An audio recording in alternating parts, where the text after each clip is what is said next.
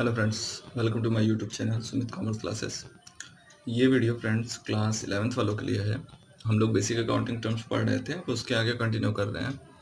तो इसमें आज हम समझेंगे डिस्काउंट क्या होता है। डिस्काउंट आप जानते भी होंगे, कंसेशन और rebate allowed by a businessman to its customer is called a discount. जो भी सामान पर या कोई गुड्स आप खरीदते हो या मार्केट से कुछ भी परचेज करते हो तो उस पर कुछ कंसेशन या रिबेट देता है सेलर, उसी को हम डिस्काउंट कहते हैं। बट यहाँ अकाउंट्स में डिस्काउंट टू टाइप्स के होते हैं, ट्रेड डिस्काउंट होता है और देन दूसरा जो होता है वो आपका कैश डिस्काउंट होता है। अब अगर हम ट्रेड डिस्काउंट की बात करें तो when a trader allow a concession to its customer on the list price it is known as trade discount.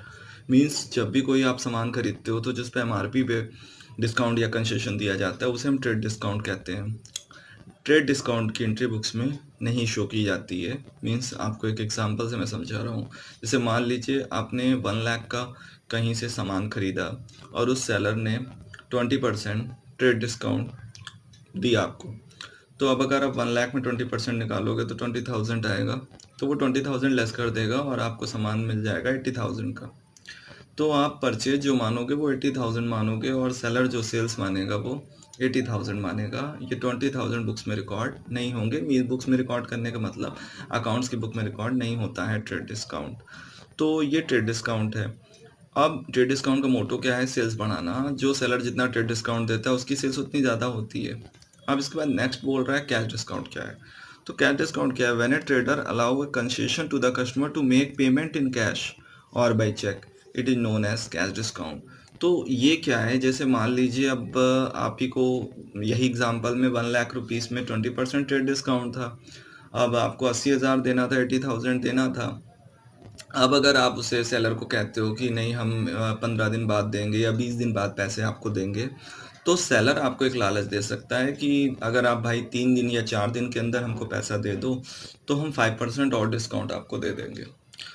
तो अब आप ये सोचोगे कि 80,000 रुपीज़ हमें देने हैं और 15 दिन बाद देंगे तो 80,000 ही देना पड़ेगा। बट अगर अभी 3 या 4 दिन के अंदर पैसे दे देते हैं तो 5% सेलर और लेस कर देगा। तो आप 80,000 का 5% काउंट कर लो तो 4,000 आता है। तो इस तरह आप 4,000 भी लेस कर दोगे तो आपकी जेब से केवल 76,000 जाएंगे और 4,000 का आपका मुनाफा हो जाएगा। तो ये कैश डिस्काउंट है। कैश डिस्काउंट क्यों दिया जाता है? ये क्यों बोल रहा है कि मेक प्रॉम्प्टली पेमेंट। अगर आप जल्दी पैसा दे दोगे सेलर को तो वो जो डिस्काउंट ऑफर करता है वो कौन सा डिस्काउंट है? Cash discount.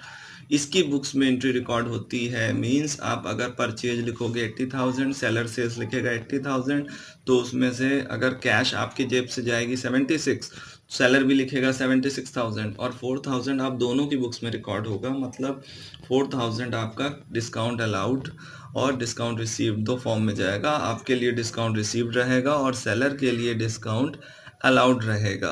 तो ये कैश डिस्काउंट की एंट्री बुक्स में होगी। आई होप फ्रेंड आपको समझ में आ गया होगा कि ट्रेड डिस्काउंट एमआरपी पे दिया जाता है और सेल्स बढ़ाने के लिए दिया जाता है। और कैश डिस्काउंट क्यों दिया जाता है? जल्दी कस्टमर पैसा दे दे या प्रॉम्प्टली पेमेंट रिसीव करने के लिए हम कैश डिस्काउंट देते हैं। इसके बाद नेक्स्ट टॉपिक है एंट्री। एंट्री क्या होता है? According recording of the transaction in account books is called making an entry. अगर आप जो आप अभी ये ट्रांजेक्शन्स पढ़ रहे हो, अब उसको जब हम लोग प्रैक्टिकल वे में समझेंगे और बुक्स में रिकॉर्ड करेंगे अकाउंटिंग बुक्स में, तो उसी को हम लोग एंट्री करना कहते हैं। तो ये जो आज मैंने आपको कॉन्सेप्ट बताया, एक बार मैं और रिपीट कर रहा हूँ। डिस्काउंट आप जानते हो, कंसेशन या रिबेट जो भी आपको कौन देता है, सेलर देता है, वो डिस्काउंट होता है। टू टाइप्स होते हैं, trade discount, cash discount. Trade discount sales पे दिया जाता है, कैश डिस्काउंट प्रॉम्प्टली पेमेंट पे दिया जाता है। ट्रेड डिस्काउंट की एंट्री बुक्स में नहीं होती, कैश डिस्काउंट की एंट्री बुक्स में होती है। और एंट्री करना क्या कहते हैं? अकाउंटिंग बुक्स में अगर आप कोई भी ट्रांजेक्शन को रिकॉर्ड करोगे प्रॉपर वे में, हम आगे समझेंगे इसको, तो उसी को हम एंट्री करना कहते हैं। आई होप फ्रेंड ये वीडियो आपको समझ में आया होगा। Thank you.